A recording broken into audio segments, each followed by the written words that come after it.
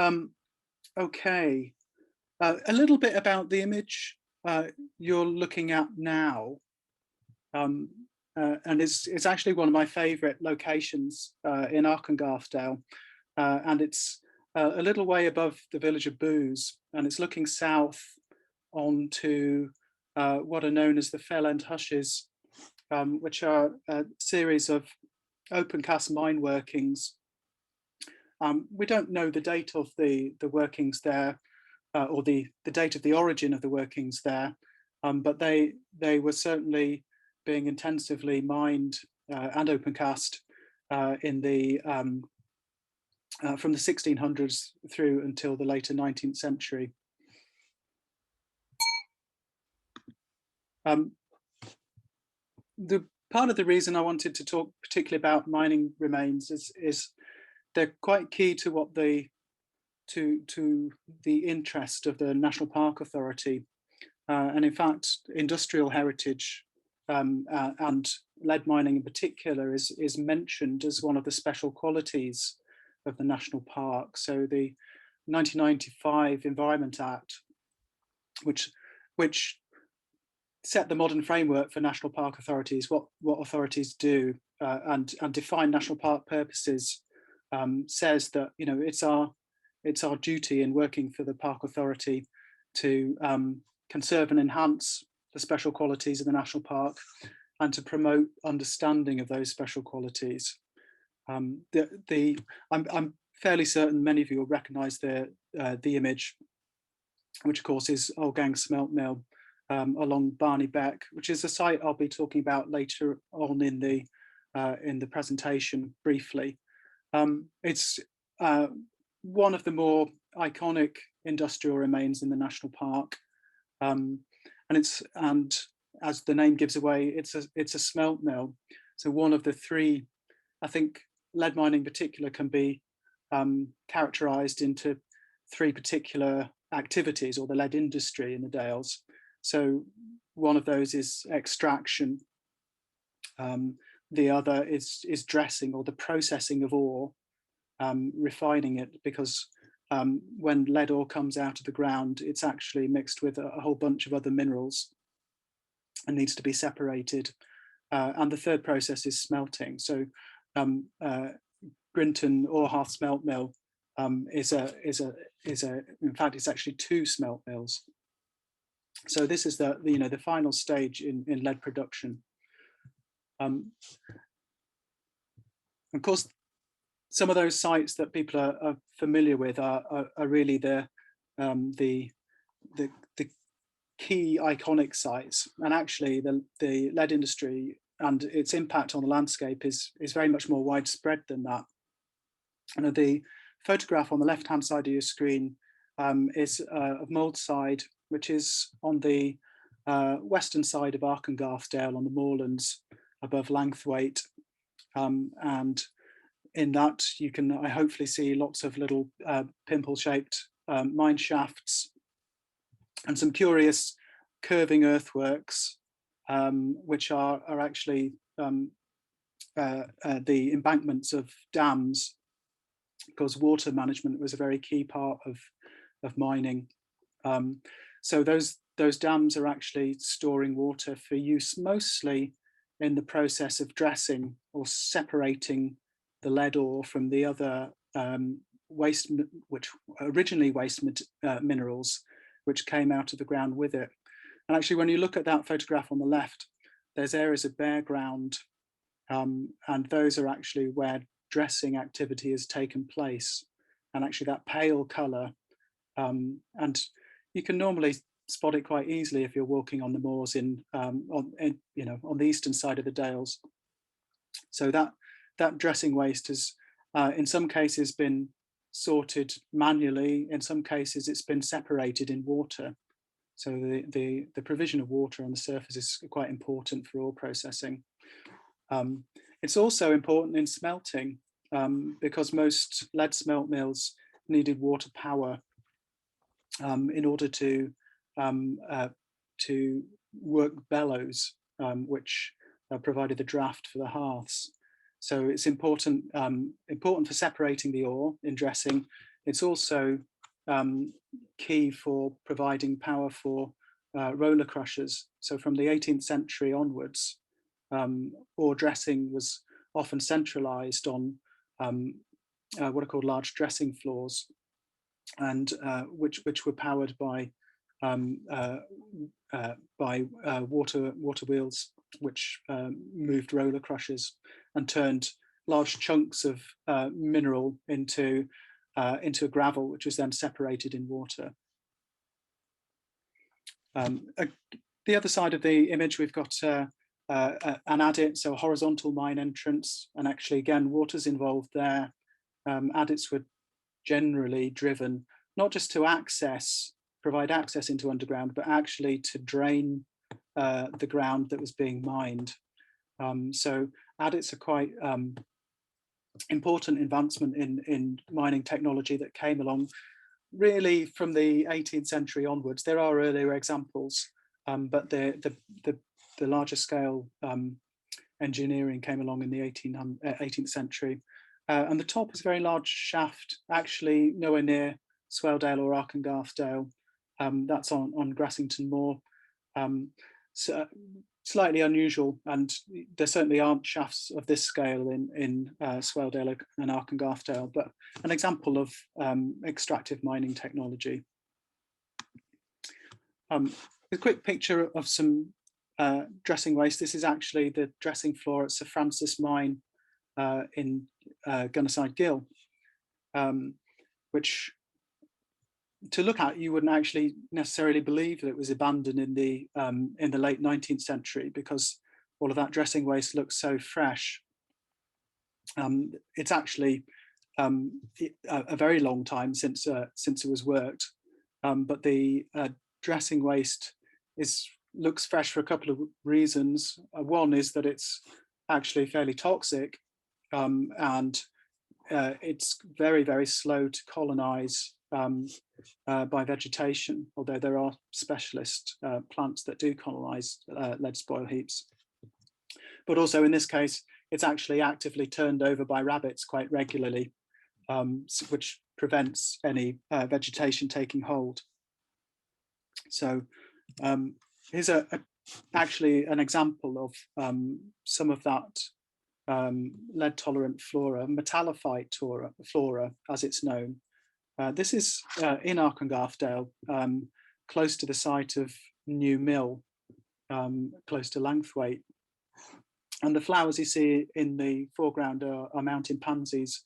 They're tolerant of lead and other minerals that are in the waste heaps. Another very well-known plant that grows on lead mining sites is called spring sandwort. And interestingly enough, those metallophyte species are actually named in some of the SSSI citations that are in place on the higher ground in Swaledale and Arkengarthdale. So something that was environmental damage actually now supports quite, nationally quite rare flora in places. The other thing I really ought to mention is that through working with the authority, typically we're dealing with above ground historical remains, but actually a very large part of what's significant about the lead mining landscapes in Swaledale and Arkengarthdale are obviously the underground remains, which are hugely extensive. I apologise slightly in that the photos actually in the North Pennines quite recently, not in the Yorkshire Dales, but it's not an untypical view of what you can find in some of the major adits in Swaledale and Arkengarthdale. They were horse levels. There's very significant engineering involved in driving them, which is why there are such huge spoil heaps at the surface. And by the 18th and 19th century, the mines were heavily mechanized, and there was fairly expert engineering involved in their construction, as you can see. We also tend to find the underground environment's quite special, as it's such a stable environment, and not terribly frequently accessed, although most of the people going into mines are cavers and mine explorers. Just to explain a little bit about this image, it's actually probably 19th century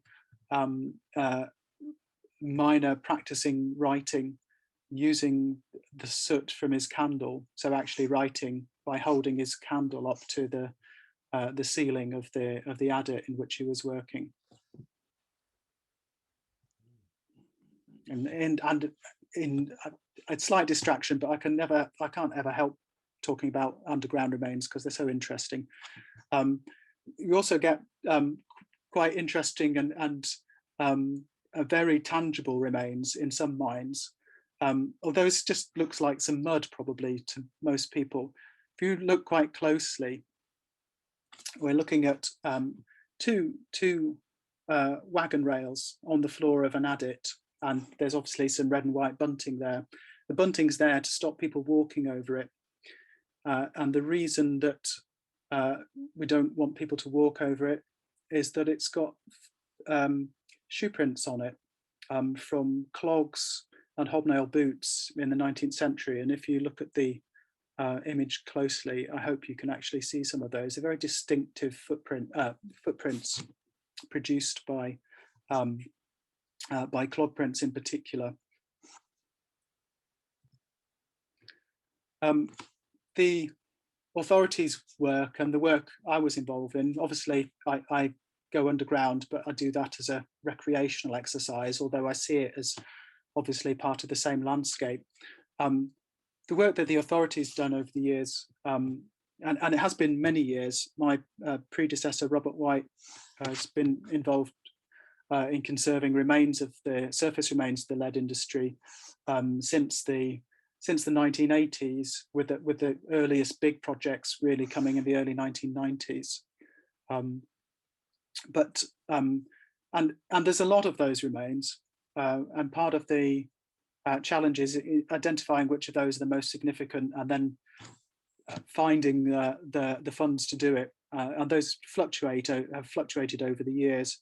But again, this is an example in Swaledale, a local contractor doing some work to consolidate mining remains.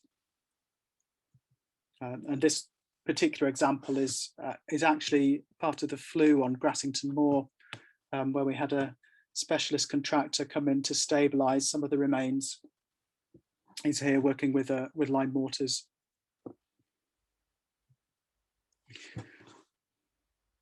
So the legacy of lead mining is actually quite a complicated one, because there's this interesting story on one hand of mining and an industry which probably led to the development of some of the major settlements in the national park. The reason that Grassington was a town and that Reeth was such a substantial village, for instance, is that they were associated with lead mines, and those centres of population needed, generated because of the economic, because of the money that lead mining brought in and the major investment that came into the Dales particularly in the 18th and 19th centuries. But there's another side really to the legacy of lead mining, and that's actually the ongoing pollution that's associated with the industrial remains. Now, in the 19th century and 18th century, and potentially before that, some of that pollution was very, very severe. There weren't any controls over what went into watercourses, and dressing in particular as an activity had very severe effects on watercourses. Now, lead mining by default involves the use of water for each of those different processes that I described earlier. And because of that, lead mines are invariably associated with watercourses, active watercourses in many cases. So so for example, Barney Beck in Swaledale, which is the watercourse where Surrender Smelt Mill and Olgang are located, and they were powered by that watercourse. Much of Barney Beck, much of the water in Barney Beck actually comes out of Hard Level, which is just above Olgang Smelt Mill. So actually most of it is what you would class as mine water. And the Swale in particular, but also to a significant degree, some other watercourses in the Dales and the wider Dales, including the Nid and Airedale, are still impacted by pollution from lead mines, albeit in a different way. Obviously, people aren't shoveling waste material into those watercourses anymore, and they're not separating ore in those watercourses anymore. But because a lot of that water comes directly out of mines, and because when there are flood events, there are still dressing floors adjacent to the watercourse, there is still quite a significant contribution from lead mines and the dressing waste and the mine waters themselves to those watercourses. So the Environment Agency have been concerned about watercourses in the Dales for many years.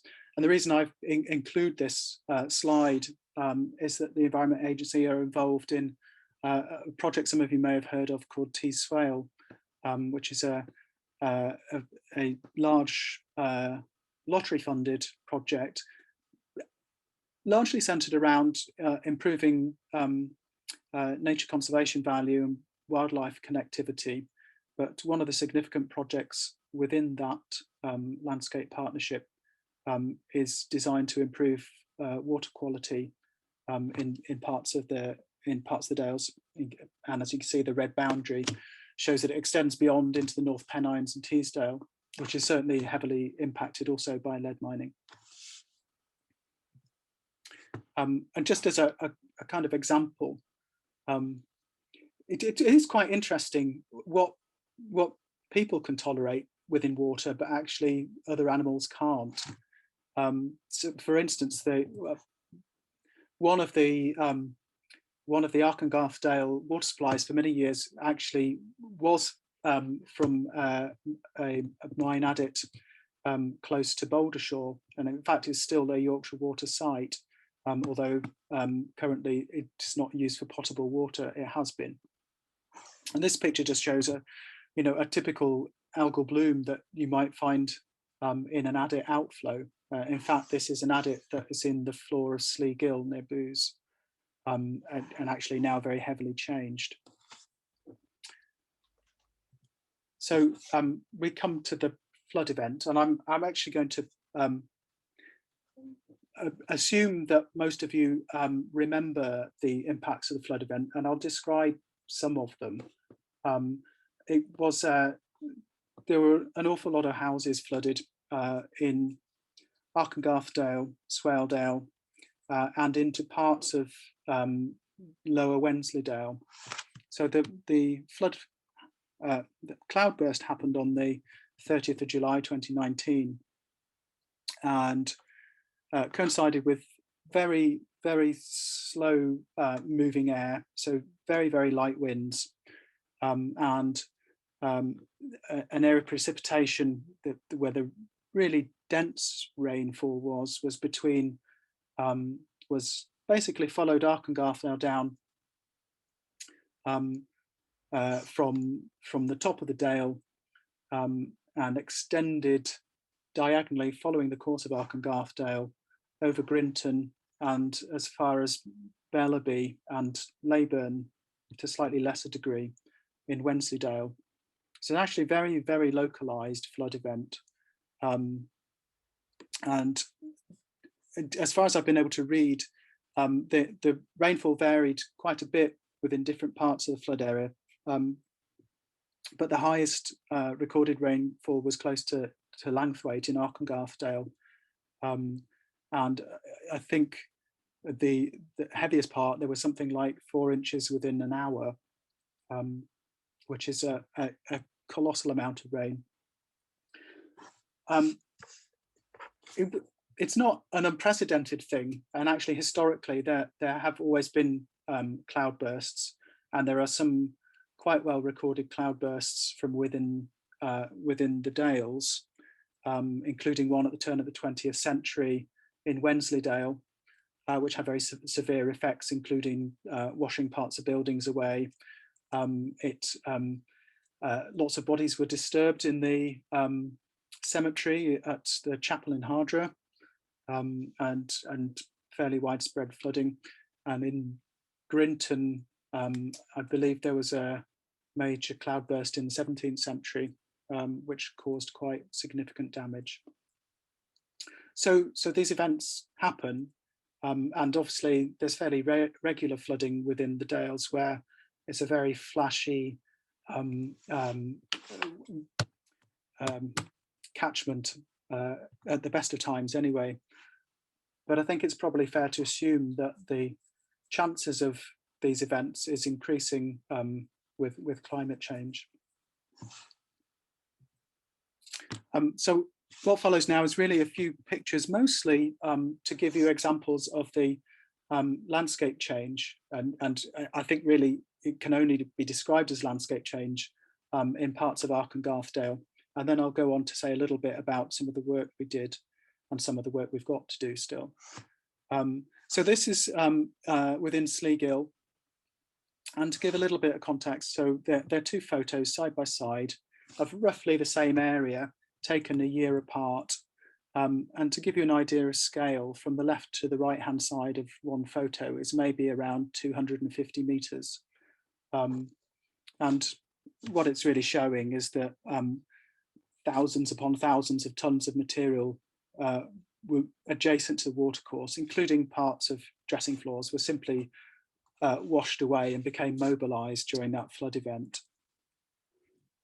Sleagill is incidentally one of my favorite places to walk. It is a very industrial and very interesting landscape covered in archaeological features.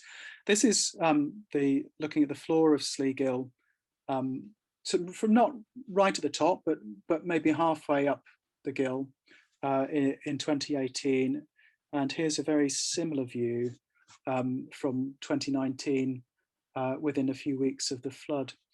I should add actually that many of the photos I'm showing tonight were provided by one of our volunteers, Francis Bland, and also some by Robert White, the former Senior Historic Environment Officer.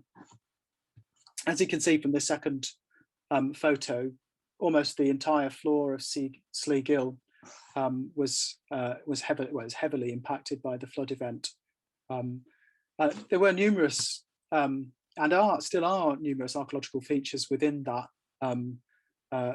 the floor of that, but many of them have been damaged. Some of them are now completely buried, and also some new features have been exposed.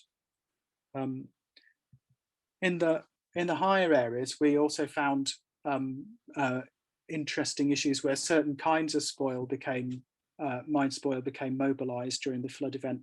So this is a little hush in the side of Sleagill, and again, sort of comparative photos.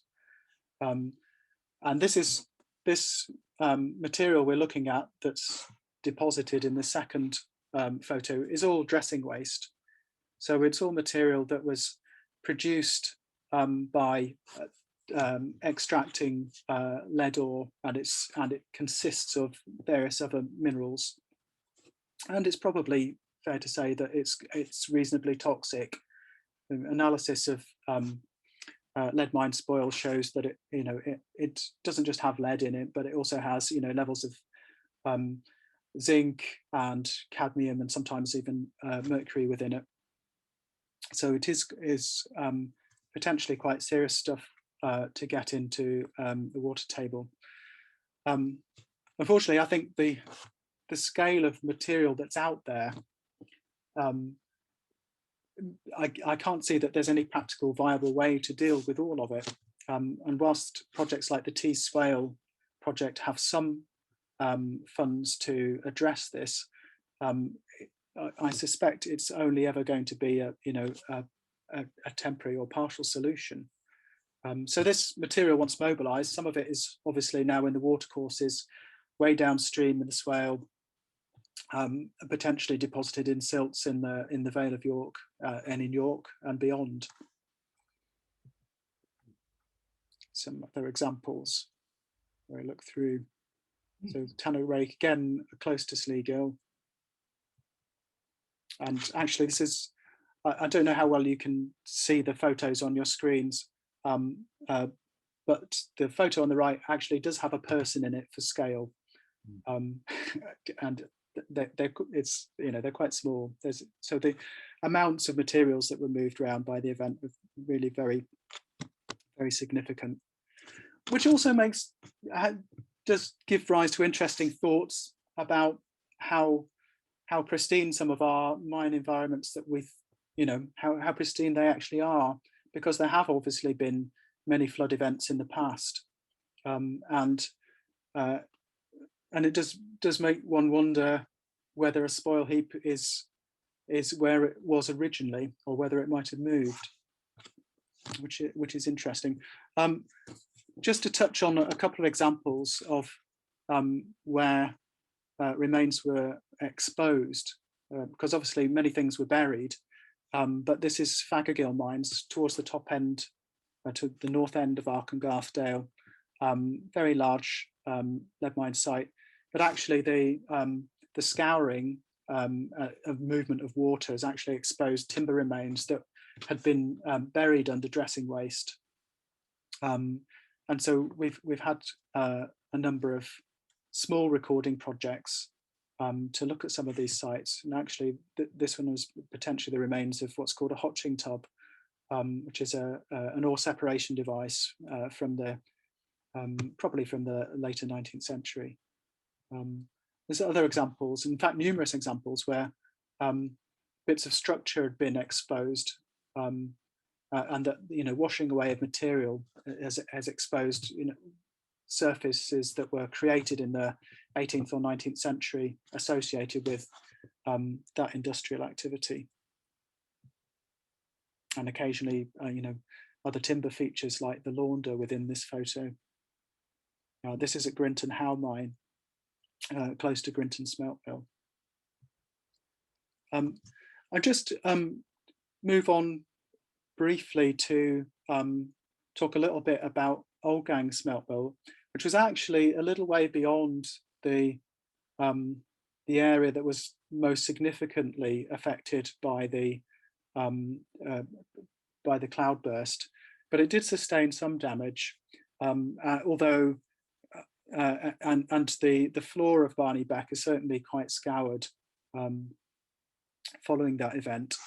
But the bigger issue there is that we've got a problem with ongoing erosion close to the dam, which is at the top end of the site, the higher end, west end of the complex.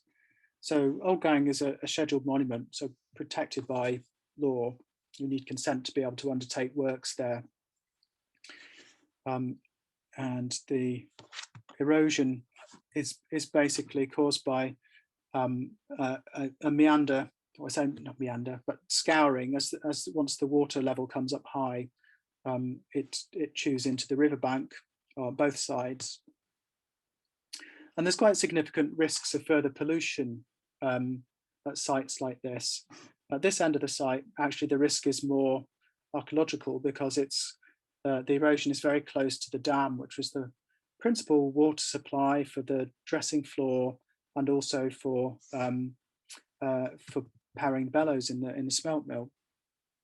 And if the erosion continues, then it's quite likely it'll become unviable to consolidate, and we would just have to accept loss of elements of the site. And it may well be that that ends up being the case. But at the moment, I think it's probably still viable to undertake a project to protect against further erosion on this site. I'm going to come now to talk a little bit about the impacts of the storm on Grinton How lead smelt mill, which is probably where a lot of my efforts were focused on the winter of 2019 to 2020, just before the pandemic started. So the flood event was the end of July, and had a very serious impact to the south of Grinton, and in particular the area around. Many of you will perhaps know of the bridge that was washed away on Cogden Beck. This is the same watercourse essentially, which runs adjacent to Grinton smelt mill. Tell you a little bit about the smelt mill. It's special because it's the only one in the national park which is still has roofed buildings there, although there are others in and around the national park where there are peat stores that are roofed. Grinton is in a sense is the most complete. It hasn't got all of its buildings. In fact, some small buildings were lost on the site in the 1970s, in the early 1970s, which actually led to the push to designate it, protect it, and the National Park Authority was heavily involved in that and served a building preservation notice because there were fears that the smelt mill was going to be demolished. And those were quite justified fears because certainly in Swaledale and Arkengarthdale, oh, I appear to have lost my presentation. Let me come it back. I hope you can see my presentation again. Yep. Okay. So the other major smelt mills in Arkengarthdale, New Mill and the Octagon Mill had both been demolished in the 1960s, and the stone had been reused for other building projects. So Grinton's really quite unusual, and actually arguably survived so long because it had an adaptive reuse. A sheep dip was built within the smelt mill during the 50s, which meant there was a reason to keep it, I suppose. So as you can see, there's two buildings there. The larger building is the main smelt mill. The smaller building is the peat store, which has got large arch entries to provide airflow to dry the peat. Adjacent and behind it, and running up the hill to the left of the image, is the remains of a flue. Obviously, you can see a watercourse to the right of the main smelt mill, and actually part of that watercourse is covered. That watercourse is actually the overflow from a dam that's just out of shot at the top of the picture, but that water provided the power for the bellows in the smelt mill. To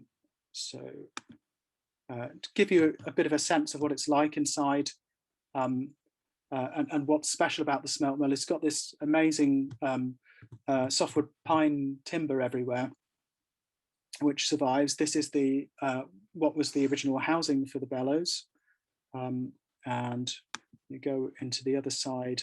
This was the room with the three four hearths in it, and it is as it looks. It's a very large space, and those pine trusses are actually 53 feet across, and it's thought that they came from the Baltic and they were brought overland from Scarborough. There's been a smelt mill on this site since the late 18th century. Whether these timbers date from them, they may be a little bit later than that, but we're not 100% certain. So it's a very evocative site, and a really interesting space. And in fact, a few days before the flood event, the interior had been used as a wedding venue. Thankfully, the flood didn't coincide with the wedding, but they only missed it by a matter of days. Here's another view of the interior. And this is a picture of what was there shortly before the wedding. And in fact, the work we did to help facilitate the wedding meant we realised there was a little bit of a problem with the culvert that was adjacent to the smelt mill.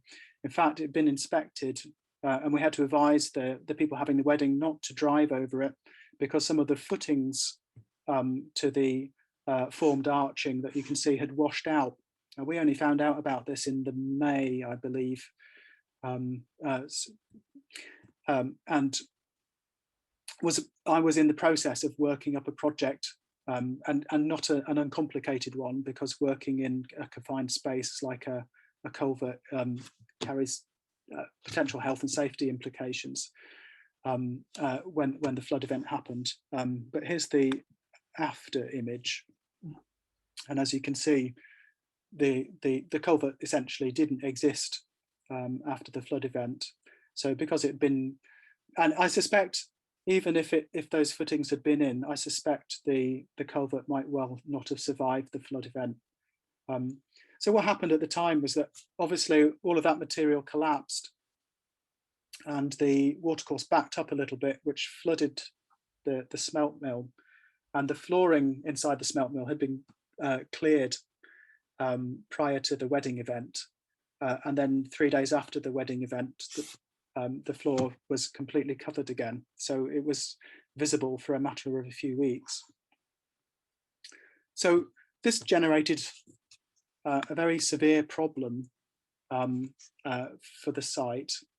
As you can see in this picture, there is some of the wall of the culvert survived along one side, but what you can see adjacent to it is not just the effect of the flood event, but essentially we had an unconsolidated watercourse edge, which was right next to the building. And every time it rained heavily, the water came up and we were getting incremental erosion, and it was getting close to this stage where it was thereabouts on the edge of the compression zone for the building. So we were worried that the building was, in fact, we knew the building was at risk, really. And this is actually kind of what made the project particularly challenging, because the logistics of doing work on the site were complicated. Firstly, because there was no road bridge, so the main access to the site was not available for a period of more than 3 months after the storm event. And also the access track to the smelt mill, the start of that was also formed part of the compound for the works for the temporary bridge. So at the start, there was a period of more than 3 months where it was very difficult enough to get to the site individually, but next to impossible to get contractors to the site. But the other complication was that actually that the measures required normally to keep environmental assets safe actually can become a problem when you need to do things very, very quickly. And this was the case at Grinton. So for instance, we needed to, in order to do the works, we needed to get consent to work within a watercourse. We needed to undertake a habitats regulations assessment, and we needed SSI consent. And we also needed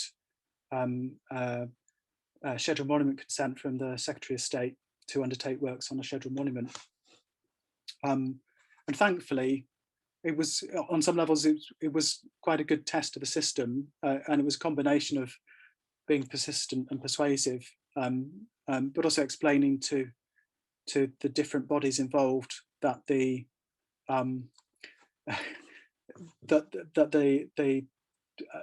risk to the smelt mill was very extreme, and if we didn't move quickly, we were at risk of, if that near corner of the building had undermined, I don't think there's any way we would have been able to put it back. Budget-wise, it would have been too much. Give you a couple of other examples of what was going on around the site.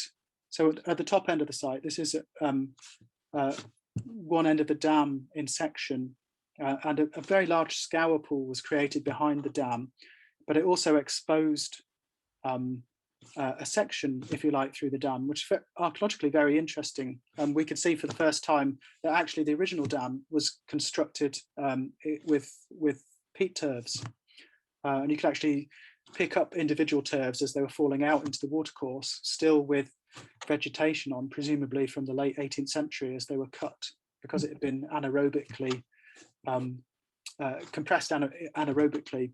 It had survived. Amazing thing to see. So there's a certain amount of archaeological recording that we had done around the project as well. This is my working copy of the plan, which shows the areas of principal erosion. But the most concerning area was area 2, the small area adjacent to the main smelt mill. But yeah, it was a very much a mess at the point that the point after the floods had happened, and for several months afterwards. I don't think I've ever been quite as concerned about a site as I have about Grinton at that point. So we had interesting discussions about what we could do to consolidate it and what would work. And we looked at what could be called soft engineering as one option. That would be doing things like putting a timber revetment in, or willow spiling. But ultimately we decided there was a very severe, quite severe fall on the watercourse, which means it's very flashy. So we actually went with the most robust method we could find, which was basically what's called rock armoring, and involves bringing a very large tracked 360 excavator onto the site, which is not something you ever really want to do on a scheduled monument, but we needed to do it. And these boulders that you can see are between sort of 1/2 and 1 ton blocks, and they were installed all along the areas that were eroded and adjacent to, significant parts of the site. And it looks quite rough there, but they actually, I think they've bedded in quite well. And I haven't been in recent months for obvious reasons, but I think it's probably improved more. Let me just see, there is one here with a video. This gives you a little more sense of it. This is just after works were completed. And maybe this is the video one. There we go.